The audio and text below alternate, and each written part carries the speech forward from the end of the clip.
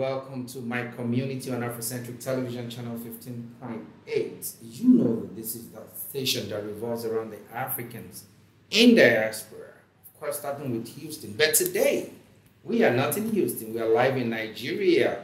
We're bringing Nigeria to the diaspora, And we're going to be talking about one sensitive but yet lucrative market, which is the real estate market, right? For someone that does not know anything about real estate, especially or investments in Nigeria, I'm here to talk to a developer with a vast experience in real estate. He's been doing this for well over 20 years and vetted and trusted. But you do know that we at Afrocentric TV, we don't just talk to people. We have to be sure that they are who we say they are before we bring them to you. And that's why we're here talking to Mr. Carla Ashiriwalibo, the MD CEO of Terra Developers. Welcome to the show. Thank you for having me. Real estate in this day and age is said to be an investment. And also somewhere you would want to say you go home, a place you can call home, that is yours, where you feel comfort. But there's a whole lot of things attached to it. You can either generate revenue from it, do Airbnb, and also commercial and whatnot. But before we dive into those, right, I want to tell us about who Mr. Carla Ashiriwalibo is. Thank you very much. It's a pleasure to be on this show. It's something that we've looked forward to for a long time. We've seen a lot of things and the impact that the show is having on the diaspora market in general. My name is Carla Ashiriwalibo. Yes, I'm the MD of the company. See, callers are associated with. There's something about callers. Associate with us. You should. I'm the MD of Terra Developers. I lead a team here of a small company. You call it small? It's a small company. We're trying to make a small company, trying to make a big impact. But very strong team. My colleagues and I have developed this company over the past few years. And what have we done? We've been able to, when you look at my background, let me start from there. I used to live in the US until I relocated back to Nigeria in 2000 wow, it's been long actually. Since 2000. I was going to say, a lot of this things is are 2009, 2008. And you are one of the few that came to do stuff and doing good stuff, I would say. I think I was lucky, honestly. I think I was lucky. We worked hard. I was lucky, worked hard. I was able to work with good companies. I started working here with ARM Investments. ARM Investments. And then I used to head their property business. Then we changed into Mixta Africa, and we started doing projects across Africa. And but prior to that, actually, I was in New Jersey. I used to work with a lot of developers in New Jersey. And what I saw for me was more like, look, anytime I came back home, right, you see vacant land, and 6 months later, when you come back, you see something erected there already. 1 year later, you see 2-3 things erected. So I was like, but anytime you go back to New Jersey or Boston, it's the same building that's been there for 100 years, right? So it's like, this is the place that things are developing. But they say there are no opportunities there. What's going on? Things are growing there. Came back, tough, very tough, but we're lucky. We persevered. And my experience with developments, with developers outside Nigeria, I saw the quality of what was being built, the quality, the details, the attention to detail, the attention to processes. So those were the things that I've done that's developed me over the past 20 years. So the question was, how do I put all these things that I've learned into an entity and look for ways to continue on the journey, more or less, with a new team and develop products for diaspora market. That now that you solely head. Yes, I do. I head, but I kind of work for them too. I mean, it's the best way to work. To Yeah. be a servant leader sometimes. Yes, You know, that's so, the best way. That's the best way you can get things out of people. So we developed from the name of the company. We all decided together what the name of the company should Terra. be, Terra. And so we created Does that it company. mean anything? Does it stand for anything? Land. It just means land. So we're land developers, pure and simple. Terra developers. Terra developers. Land Land Makes sense. developers. Okay. So we started there. So what do we do? So now this is a great idea. You want to set up a company, you want to do real estate, capital intensive. Tell me about It's capital intensive. So what do? We don't have money. How do we raise funds? All right, let's go out to the market. Oh, we wanted to do one block of flats, right? We wanted to call it Olivia Block, right? We went to the market to raise funds. I think we raised enough capital for about 4 blocks, right? And that tells you the goodwill that we've been able to build, you know, over the years. So that gave me a lot of confidence that, wow, you know, people do believe in me, real estate, in in real you as a estate, person. and you know, because I mean, nobody's going to commit if you're not trustworthy. if you're not If you trustworthy. don't have the pedigree. So, and you know, that's what I realized about what we're trying to do. And when we sat down to define the business, we said there are some key things that we would never take for granted: trust, integrity, quality. Those are things that we imbibe in our construction processes, in our operational processes, from beginning to end. Because one of my questions is going to be about trust and the other about quality. But before I ask you those, I want to understand why you chose real estate. Because from your background, it seems you're a tech guy, right?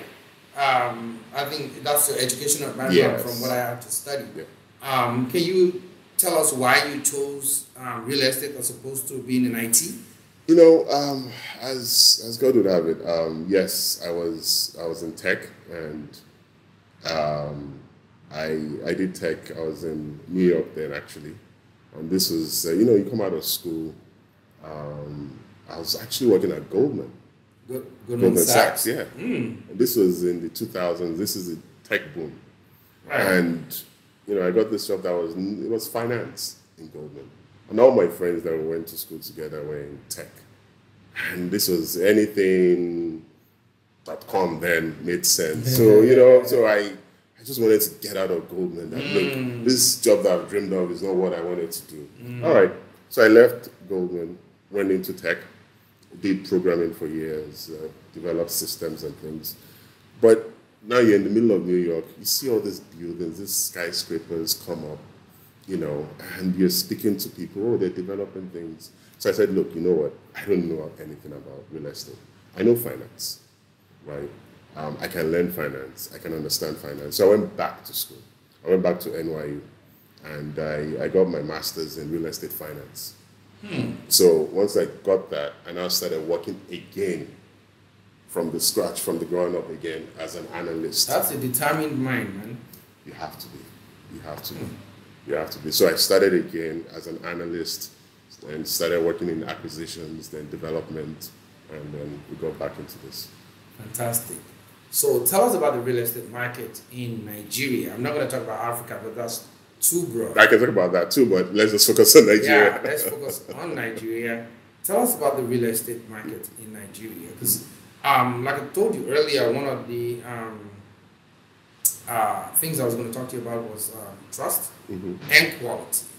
And we've seen in the news media, and of course, been in Nigeria, homes collapsing, people not having that strong trust with whoever the developer is. It's either someone wants to rip you off or whatnot. So just give us a summary, but an overview of what the real estate market in Nigeria is like. Because it looks like in Lagos State, for example, they are claiming lands. Do we not have more lands in Lagos for them to be claiming lands on the shores of the sea and and the swamps and whatnot? So please give us. I think the big factor in all of this is urbanization. Urbanization. So the rate at which people are moving into cities like Lagos, Abuja, Ibadan, Accra, all the cities. And in Nigeria, you have, let's say, 200 million people, whatever the actual number is. There are only few cities in which people can actually live, right? When I say live, you have the infrastructure, power, right? Water. It's just basic elements that we're all looking for. That's why everybody's coming into, let's take Lagos as a city, everybody's coming into the city. Lagos represents like 0.2% of the landmass of Nigeria. Less than, it's tiny. Lagos is Nigeria. Yeah, but when you look at the number of people that want to come in here. Because it's probably about 20 million during the day and about 12 million at night, something like that. So now, when you look at that, where are these people going to live? Where can we live? The land is not enough. And unfortunately, when you look at the land regulations, the laws and everything, we can argue that they weren't quite set up properly to allow for this level of urbanization. Now, so that's why, yes, you have to reclaim land over the seas. Okay, I see that. So there's that need for it. Makes sense. Question is, at what price point? That's a different conversation. We're getting into it. Oh, no, we should. But is there demand? It's huge. Because where would 20 million people live on this small island? And keep in mind that, look, it's not the entire island or Lagos, the entire state that is accessible, right? True. There's still, I can bet you, I don't know the exact numbers, I can bet you if you look at a Google map, you still see that about more than 60% of the state has not been developed or is not even accessible. So we 20 million people, we're trying to fit into 40% of this 0.2% of this, so it's going to be congested. Yeah. There's demand. So the only thing you can do is obviously start densifying and going up, right? Or reclaiming land. Or, if the government does things properly, extend infrastructure to these other areas and open up new areas within the state. So that's what's driving demand right now. So if I may ask, however, one of the major problems in Nigeria today is power. How do you... maybe I should reverse a little bit. You are a developer, so you build, you sell, some you lease out, yes, right? Commercial and residential. Correct. Now, I guess my question would be, for those that you have control over, how do you guarantee power generation or electricity for them? Okay, it's not just for those we have control over, it's for all the developments, all the projects, all the houses we build. Thanks for clarifying. Because it doesn't make sense that we're both sharing an apartment building. I have power, you don't have power. We're both human beings, right? You need power. So humanity first. No, it's not about humanity. It's about provision of the basics that we need. So what we do, we provide 24 hours power in all our developments. Yes, it's sometimes we look at diesel as a backup or as the main, depending on how much you get from NEPA or PHCN. And don't you get dedicated lines sometimes? We look at that too, depending on the project. So for one of our projects that we're doing now, E10 Grove, which is in Lakore, we're connecting to an IPP. So there's 24 hours power. It's not, there's no generator. But you just pay more. You pay more, but you're guaranteed. What? On the long run, it actually costs you less because you're not buying any generator. Exactly. And you have constant supply of power. And when you even quantify the cost of the noise of the generator, the problems of getting diesel, if you're not using diesel, if you're buying petrol, there's fuel scarcity right now. Right. Oh yeah. Do you know what it is to go and carry a keg and go and try to buy petrol then? Or there's a cost to all that. And these are things that cost, that increases the cost of living, So again, there's E10 Group, for example, provides that level of comfort. Some of our other projects in Abuja too, which we also have projects in Abuja. Life Camp, Amina's Hill, same thing, we're connecting to IPPs that are already there. That's independent power Providers. Okay. another dimension. Let's assume you have a solution, not assumption, but you just mentioned it. So you have a solution to the power part of it. But now, quality and compromises. We have high rises collapse. We have homes collapsing. We've seen ministers walk around trying to supervise these bricks that people are we call it blocks here in Nigeria. Lift it up and just drop it. And it looks like there's more sand than cement, right? So how do you balance that when it comes to quality of your products, and also being able to cap it where it's profitable for you, at the same time you're not compromising quality, right? And bringing the price down for your customers as well. How are you able to balance that? Well, you see, the thing for me I hope it's not a trade secret. No, it's not, and it's a perspective actually, and let me share this perspective. For me, I'm not trying to develop a business that is going to be here for 1-2 years, right? I'm trying to develop a business that is going to be here for generations. Now, for you to be able to do that, there are some key principles that you have to abide. Yeah.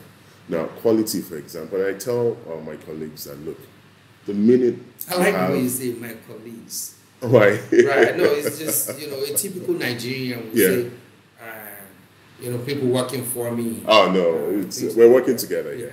So that's why I admire that. So the way we look at this process is, for example, if there's an incident of quality issue or something, the number of years it's going to take you to rectify the negative press or the negative issues. It's going to cost you a lot more than any profit that you think you're getting in this short term, right? If you look at it from that perspective. I'm not an engineer. I don't try to be one. But guess what? I'm going to get the best engineers in-house, externally, to also supervise what the in-house people are doing. So you outsource? And I in-house. Why? Because nobody knows it all. Now, unfortunately, for this society that we're in, you have to also control some elements. So you mentioned blocks, for example. We manufacture our own blocks. Nice. To ensure the quality that, unfortunately, we can't manufacture our own cement. But our own blocks. So as much as we can manufacture, we manufacture them in-house to ensure the quality that we want. The design processes, you work with external consultants to review your design. If there's any doubt, give it to another consultant to confirm. Quality control. Quality controls. So, and it's something that, we're a new brand. And what's going to help our brand is obviously a new brand. Yes. I want to talk about what's helping. How old is this brand? So Terra, we've been around for about less than 2 years now, actually. Okay. Yes. Okay. So, and you have this many projects going. That's the quality of the people you have with you. Because I from studying, because I had to do a little study just so we know, and get vets from people like Adiola Fayun. That girl is feisty.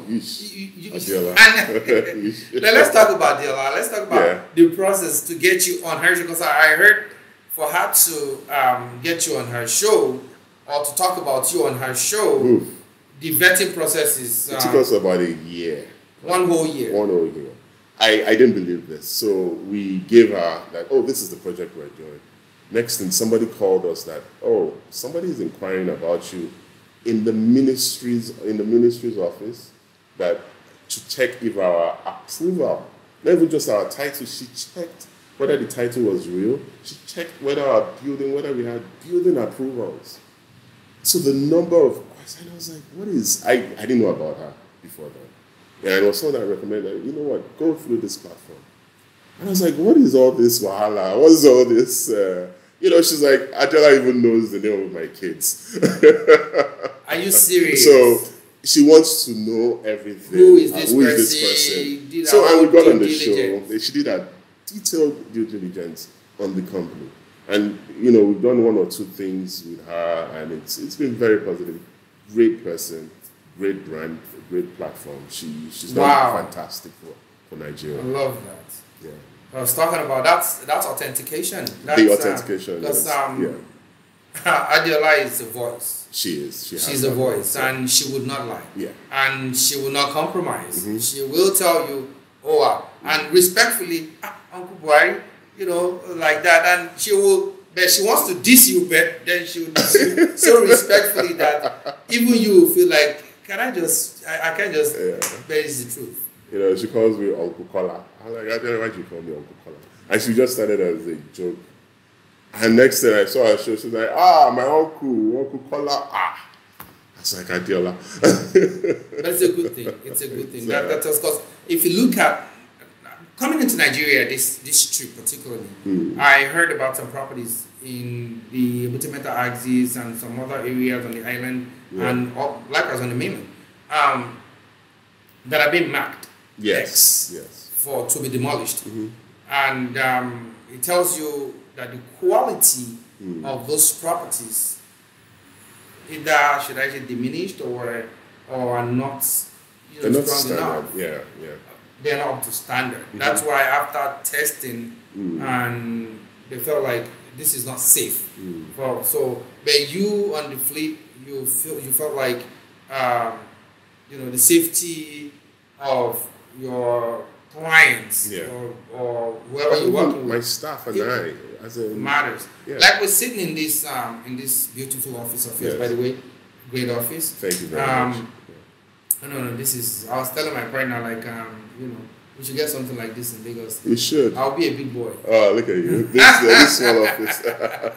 Yeah, so having seen something as big as this is called the Shops. Yes. The Shops Mall. Yes. In Oniru. Oniru. That's where we are right now. Yeah. We are on like the penthouse level, and I'm not even afraid that anything is going to happen. But I'll tell you this much: that going into all these different buildings in Lagos today, if it has not stood the test of time, I probably won't go in. Because it's people compromise a whole lot. But you made me realize that with Terra developers that you do not do anything like that. Yeah. You see, look, not just these are people's lives that you're messing with. Every life matters, really. When you think about it, we have processes that we go through, and this is just based on my own training too, as a developer working in a real estate development company, not just for Nigerian companies from the US, companies from Spain, and there are processes that you have to follow. So when you bring a material, so let's take reinforcement, the bars to our site, we test it. There's some levels of qualities that we expect from that reinforcement before we accept it. Now, so even if we're casting, we're creating from our foundation to the beams, to the columns and everything, we test them. And we store those records such that even the state, even though it's by law, the law recommends that you should test all this at every stage. But we go above and beyond that. So we test all those things and we do it independent of the contractor. So we have consultants that come in directly to test these things. I like this.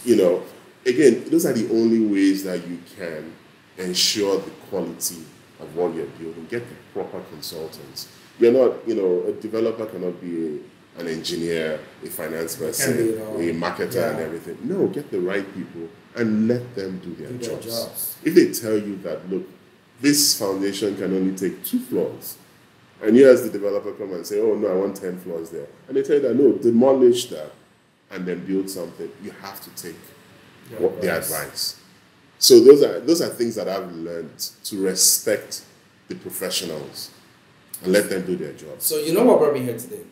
Especially, it's because I saw that you have something for the U.S. market. Yes. And being someone from Houston, Texas, that's not where I was born, but that's where I live. You sound like a Texan. Ha! I won't say anything because having been somewhere for over 20 years.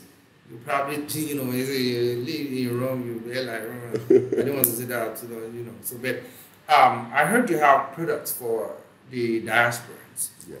probably in the UK, in the United States, but in Canada maybe, or any other part of, wherever they are coming from. Let's talk about the U.S. market. I heard you have some products for the U.S. market, and you have some offers for them as well. Oh, yes. Can we talk about this project? Because now that we have an understanding of how you build, I think it's paramount that we talk about what you have in the offering for them. Okay. If you mind, before we even go into the products, which I would love to share, Please. let me explain our perception or how we see the market, how we see those in the diaspora. Everybody, we've all migrated out of Nigeria due to one reason or the other. These days they call it Jackpot. But we want to all own something back home, which we all should. Right? Which we all should. So it's a question of how do you buy it? What is the option? What are the opportunities? So we said to ourselves that, look, the typical Nigerian payment schedule of buy a house and put $100,000 down now in 1 day, 3 months, 6 months, 1 year, 2 years, doesn't work for a typical American working, and earning bi-weekly or salaries or monthly salaries. It doesn't work. You're used to mortgage. We're used to. I know. So because you think we are back in Nigeria. Okay. So we are used to. Yes, so which sir. way are we referring to now? We Americans, that is. We're used to mortgage payments. Yeah. Right? Spread over 20 years. 20, 30 years. 20, 30 years. That's the only way you can buy homes. But yeah, you're telling me to buy a house in Nigeria and pay over 1 year. 1 year. It's ridiculous. So we said, can we come up with a product or a financing product that allows people to come up and pay over 5 years, 10 years, and things like that? We're not able to get to 10 years yet, but we have something over 5 years. Wow. So all it is you put 30% down now, and you pay monthly to a U.S. bank account. So you don't worry about calling one brother, Joe, please let me transfer money. What's the exchange rate? So no, you pay your dollars to a U.S. bank account monthly. And now, so over the next 5 years, mortgage. I can pay your mortgage, exactly. Yeah. Typically, it's over 5 years. Typically, it takes us about 18 months, max 2 years, 24 months to develop each of these projects. So the question is, what happens after the construction? Guess what? You have the option of saying that, look, use that property as a short-let on my behalf. Rent it out, or whatever it is. Whatever money you earn from it, use it to reduce my offset my payments. So again, it reduces. So I'm able to drop it down. You can call it a mortgage technically. So it reduces it down from maybe 5 years to about 3 years. Right. So this is you looking for products that work for the right market. But if I told you that, I'm sure you would do it. Pay me $150,000 over 6 months. He said he's sure I will. You would. I'm sure it's from his mouth to God's ears.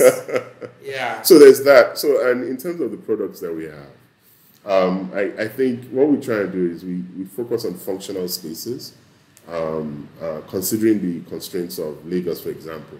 We came up with this maisonette concept.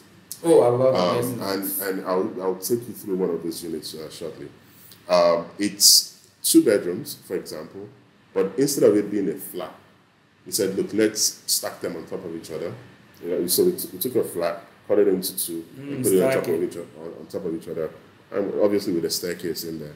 And so you have the 2 bedrooms. It's like a townhome. Townhome, but it's upstairs. It's upstairs. So we put the 2 bedrooms there. Then you can now take another 2 bedroom again, put it on top. So then you now have a 4-story building, right? And so 2 bedroom maisonette, lovely bestseller.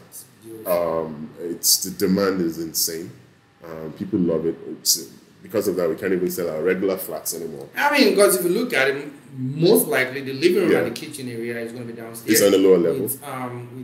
Yes, on the lower level with probably a bathroom, right? Yes. And then you have your privacy upstairs. That means you can't accidentally come out of your bedroom. Yeah. And then, oh my goodness, you're here. You know what I mean, right? Yeah. So it makes sense. It gives you a seclusion. gives you privacy, so Yeah. which is beautiful. So to now top it up, most of these are projects. Some are within, if you want something within Lekki one area, because most of the time when you come to Nigeria, you're going to be around Lekki. Yeah, Lekki, or Ikeja GRA, Ogudu GRA, yeah. places like So that. we have Olivia Court, for example, 10 minutes to VI, right? We have this 2-bed maisonette there. We started these things at about 40-something million naira. When we finished, the few people that believed in us then, this is a young company. So they did off-plan, they did off-plan, and that's what we're offering now. They sold out, they cashed out. Those units are going for about 50, 60 million naira now. So in a span of about 2 years, right? And the key thing though is that during that period too, it was a difficult period. You know, there are challenges. Building in Nigeria is difficult. There's challenges. But guess what? We were able to pull through and we delivered. Quality, people, you know, and we can share some of the testimonials that we have from clients, you know. So we're able to deliver. Awesome. So this market that you have for diasporans, yes. If I did hear you earlier that you said 30% down, right? Let's say 30% or 40 million or 45 million or 50 million or whatever. So, and I'm thinking from the price point that you gave, monthly should be about $400, $500. Depending on the product, right? Depending on the product, you have 1 bedrooms, 2 bedrooms, 1 bedroom. So let's take a 1 bedroom, for instance. 1 bedroom in one of our projects in Abuja, in Lugbe, great site, 10 minutes to the expressway, to the airport. We have a 1 bedroom there for about 19 million naira. So that really, 1 bedroom finished. If you put 30% down, your monthly payments there will be about $400 for the next 5 years. 5 years. So and then if you list that out, do Airbnb or something with it, you manage for them. And for that location, for example, proximity to the airport, nobody wants to really go into town. Airbnb is always going to work very well there. It's not the most luxurious development. It's an affordable development. But if I was to take something in Lekki here, for example, where we are here, our 2 bedrooms going for about 60 million. That's not bad. So if you put 30% down, your monthly payment comes out about $700-800 thereabout. Don't hold me to that, but we'll calculate it out and share with you. Fantastic. I also heard you're coming to the United States. Yes. Excited about that.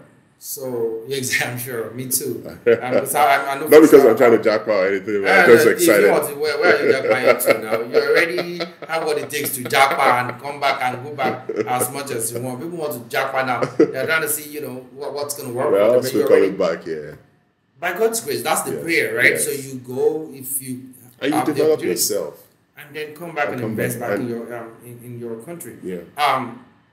I'll ask one last question before we go into the dates and locations where you have all these things.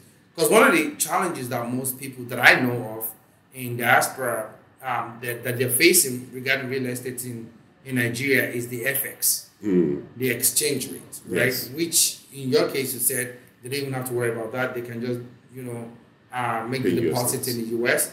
However, say for instance, I'm buying a property for 60 million naira at, say, black market rate today is 600. Just for example. And 2 years time, black market rate is 700. There's no telling. Probably we would have, I don't know what's going to happen, but if there's a boost in the economy, it could go back to 550 or even 500 or 400, which is more gain for me if I had to sell. However, a lot of people, when they do that, they don't see the money going back to them at the same rate. So it's either you plant and you hold it for a while before selling, and when you sell, you don't make enough. To say, my $60,000, my $100,000 investment is, what advice do you have for people like that? Well, you see, real estate is not a 1-2 year investment, right? If you look at real estate as a short-term investment, then you're looking at it the wrong way. If you look at it vis-a-vis some other alternative investments in the long run, in the long span of years, you see that real estate actually outweighs, you earn more returns It is in real estate. So yes, unfortunately, now is still a very uncertain time for Nigeria, right? That we're all concerned about the devaluation risk, which is more or less what we're referring to. Right. But you have to look at it as a long-term investment. There are other fulfilling things that your investment would yield for you. When you're coming to Nigeria, if you have stock market, if you buy stocks, for example, you're $60,000. When you come to Nigeria, you're going to go pay in the hotel. There's nothing as you staying in your own home when you come back to Nigeria. And then if you want, you lease it out, you Airbnb it out, or you keep it locked up. But it's yours. It's tangible. You can hold on to it. And in the long run, it's going to appreciate. That will bring me to this quote that I found in your pamphlet. Really? By the way, it says, real estate cannot be lost or stolen, nor can it be carried away. Purchased with common sense, paid for in full, and managed with reasonable care. It is about the safest investments in the world. Even Donald Trump believed in that, yes. Right? And most of these successful billionaires right now, that's what they believe in. That's what they do. They invest in real estate because it's tangible asset, yes. Right? So now I just wanted to get that out because I think I loved it when I read through it. Let's talk about the locations and dates you have for the United States, yes. For people. And this is also, guys, this is inviting you guys to come out. We on the screen, I'm sure you will be seeing those dates and the locations, and so and the times that I think it's 2 or 3 hours. If you have that time dedicated to Saturday and Sunday, and Saturday and Sunday, I think let's talk about those locations. So we selected about four cities to work with, and we've gotten a lot of responses. Quite positive. It's quite. It's glad to see that people want to hear. They're interested in investing. Despite what's going on here in Nigeria, people still are interested. It's our home, right? Nigeria. So we have New Jersey. It's coming up on the 16th. We selected a location in Linden, New Jersey, and Anthony will share that. We have Maryland. Maryland guys are those guys are coming out in sharks and droves. Yeah. So the DMV area, the guys are coming out. So that's the 17th, it's Sunday. The following week, we're starting with Houston on the 22nd. H-Town. Yes, sir. Sorry, is that the 23rd or the 20th? That's the 23rd. On the 23rd, yes. I'm sorry. On the 23rd in Houston. Then we head down to conclude in Dallas on the 24th. Oh, wow. Yeah. So you have 2 full weeks for that. 2 full weeks for that. Here you will be present. Right, live you and direct. Be present. Yes. To take their questions, yes. and answer them, and show them what you have to offer, and probably people might just sign up from there. Absolutely, that's hopefully what we want. But you see, the thing for me too is that I can relate as someone that's lived in the US before, for years. Yeah. The concerns that you have about buying back home, I can relate with that. It's a tough decision to even relocate your family back to Nigeria. So to think about buying a property is something that I can imagine that is difficult. You have lots of questions. That's why I can answer. I'll be glad to answer those questions. Fantastic. So thank you so much. I guess the next time we see, we'll probably be breaking bread somewhere. And, bread? Yeah, we'll have to eat and drink now. Come on now. For you guys in America. Eat and drink. I'll come all the way to America to come and eat bread. Come on. It's called the Southern hospitality. Okay. We have that. We don't. We won't come to suffer now. So, but guys, I do want to thank Mr. Ashiriwalibo for joining us today. His name is Carla as well. Thank you guys for also tuning in and enjoying it with us. I believe and hope you've learned something like I did. So much exposure to the real estate market now. Now I'm actually considering, because outside of this, I spoke to him about, so if I do this, how do I... You ask your own questions for when you see him in New Jersey on the 16th, in Maryland, the DMV area on the 17th, in Houston on the 23rd, and in Dallas on the 24th of July. So I will be there in the Houston area. I'm not sure about Dallas, but I think I'll be able to make it. just to give the support that's needed, right? Because this is a learning process for me. And, you know, for some of us that are trying to bring our families down to Nigeria, even if it's going to be for visitation, I think it's a beautiful thing for us to have our own privacy, for us to have our own unit, as opposed to staying in a hotel. You want that security, sense of comfort. That's what they provide. Again, you heard it, they do not compromise. Quality is key, and trust is another. I remain your host, Carla Ashiriwalibo, and then I'm sure that at the end of this, you will see the presentation of the flyers with the addresses, and the locations, and the times for all these events. So please stay tuned. We will still show you more from, you know, site visits and everything. So please do enjoy this show. I am glad to be here today, and thank you once again for having us. It's been a pleasure. I have learned so much. Until next time, probably in Houston or somewhere else in Nigeria. There's no telling. Invest in real estate. I already am sold. Yes. All right. You take care and have a wonderful day. Thank you, sir. Thank you very much, sir. All right.